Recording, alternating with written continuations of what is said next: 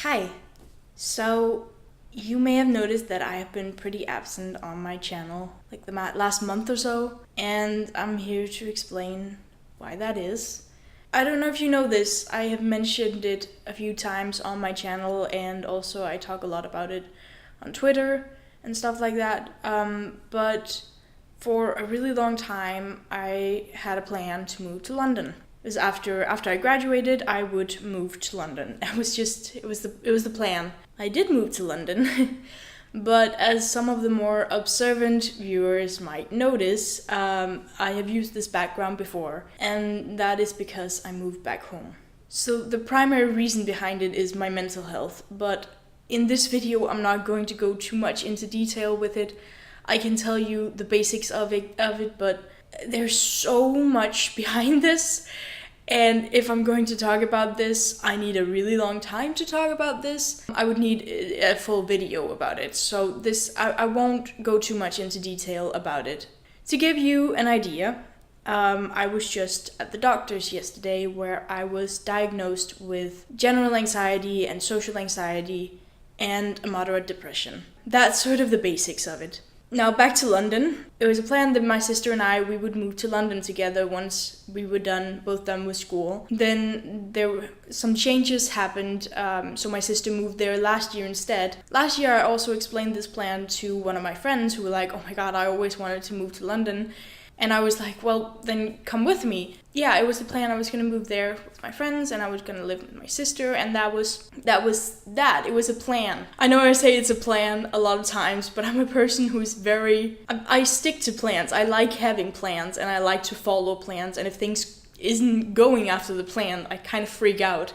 So it was a plan, and it wasn't going to change. It wasn't supposed to change. My friend asked me a lot of times if this was just like a dream. You know, sometimes you have these ideas, but they never really come true. It's not, you say, oh, I'm gonna do this at some point in the future, but then it never happens. And she kept asking me, this is real, right? I mean, this isn't just like a random dream we're talking about. We're gonna do this, right? And I said, yes, of course we are. This is the plan. I'm gonna follow this plan. It's happening. We are moving to London as soon as I'm done with college. And I told her so many times that I was not going to back out. My mental health has been pretty bad for a couple of years now. And it was bad when I was talking to her about moving to London. But in my head, it was always, oh, I'm sure it's just school. I'm sure I'm just stressed about school, and as soon as I'm done, I will get better. That's not how anxiety and depression works. It's not caused by school necessarily, and if it is, it's not like it's gonna go away as soon as you finish school. And then during the last 6 months of my school year, I started to get a lot worse, and I was already feeling pretty shit, but it started to get really bad. And then I started to get nervous because I was like, okay, what if I can't do this? But at that point, I'd already told her like over 20 times that I was not going to back out. And like, objectively speaking, obviously she's one of my best friends. Obviously she wasn't gonna get mad at me for having mental health issues. The thing about anxiety is that even though something doesn't make sense, your brain won't stop telling you that that's how it is. So in my mind, I was just like, she's never gonna talk to me again if I back out. She's gonna hate me forever. And that's ridiculous. I know that now. And then at the same time, as I had her constantly telling me, oh my god, I can't wait till we're gonna move to London, I also had my sister. That was probably even more difficult because my sister is my favorite person in the world, and in the last year since she moved to London, I had seen her like 4 times. I have visited her twice, and she's been home in Denmark twice also. My best friend in the entire world and one of the most important people in my life, and I'd only seen her 4 times. And I missed her so much, and she kept on writing how much she missed me and how much she was looking forward to me coming to London. So I had 2 people who were constantly saying how much they were looking forward to it. And that's not a bad thing. Like, that they weren't doing that to be mean or anything. But in my head I was just like, why am I not excited for this? It's like, on one side, I mean, I knew I love London. So I was excited, and also I missed my sister so much. So in a way I was excited, but I was also freaking out. And then I finished school, and in the graduation week, we had to do this graduation drive. I talked about it in my graduation week video, where I ended up having to go home early because I had an anxiety attack. And that was after I finished school, and then I realized, oh shit, so it wasn't school. And then during the summer vacation, it got even worse, and I started to freak out even more about how terrible I felt and how sure I was that I probably wasn't gonna be able to do it. So I was like, okay, well, I can at least hold on until Christmas. Of course I can. I can hold on until Christmas, and then if it's still bad, I will talk to them about moving back home. And so we moved there. The first day was pretty good. I met my 2 roommates, and they were unbelievably nice, and I saw my sister, and we went to some in the city. The first day was just me and my sister, and then for the next 2 days, my friend were there too. And it was supposed to be so good, and like I could see that it was good. Like I had some amazing moments. I met Evan Edinger, I saw Dodie Clark, I met Alexis G. Saul. There was all of these things, and it was wonderful. And yet, when I came home every night, I was laying underneath the covers, trying not to wake my roommates with my crying. and it didn't make any sense. I tried to understand why I was crying, why I was panicking, why I was freaking out, why I had this, where I couldn't breathe. There was no logical reason for it. It just happened.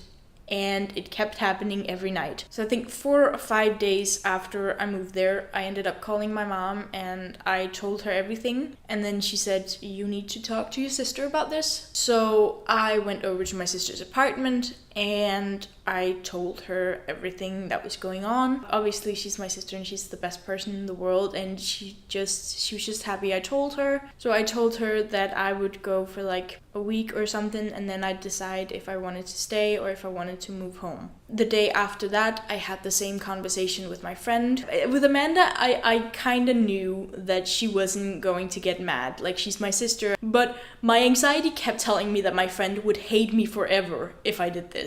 Obviously she didn't, and she was one of my best friends. Obviously she wasn't gonna hate me. My brain kept telling me that she would never ever talk to me again, and I was a shit friend, and all of that stuff. But obviously she gave me a hug and said I had to do what I thought was best for me. And after a week, I ordered plane tickets home. I couldn't do it. And yeah, I was there for 18 days. It's kind of difficult to explain, but it was like all of these things that I love and know I was supposed to be excited and happy about what was happening. Like, it's London, it's my favorite city in the world, but it was like all of these amazing things just wasn't amazing for me. It was like everything was just gray and everything was awful and everything made me want to puke. My main issue, like I said, I'm not going to go too much into details about my mental health, but my main issue is my social anxiety. So every time I was around people, someone was screaming in my head. It was really, really, really not fun.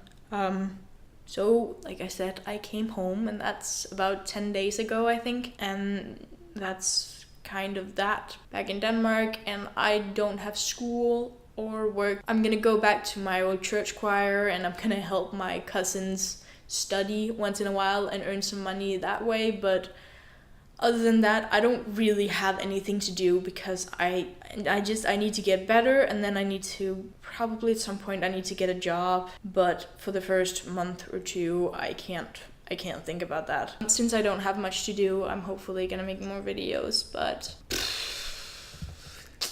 yeah, who knows. I actually have 2 videos that I edited before I moved to London, and I was supposed to put them up. I don't know, I couldn't even focus about it. Luckily, the last video I put up, the Hamilton crack thing, just keeps getting views. It just hit 100,000 views, and I don't know why, but it did. So thank you to the people who saw that. I'll upload the videos I already edited. It's like my review of Cursed Child, and I think I made one other video. I'll upload them in the next couple of weeks. So if you like this video, click the like button, subscribe if you want to see more from me. You can click right over there. You can click right there to give me more views on this stupid video I made in like 10 minutes that somehow is my most viewed video already, but whatever, click over there. I'll see you guys soon. Bye.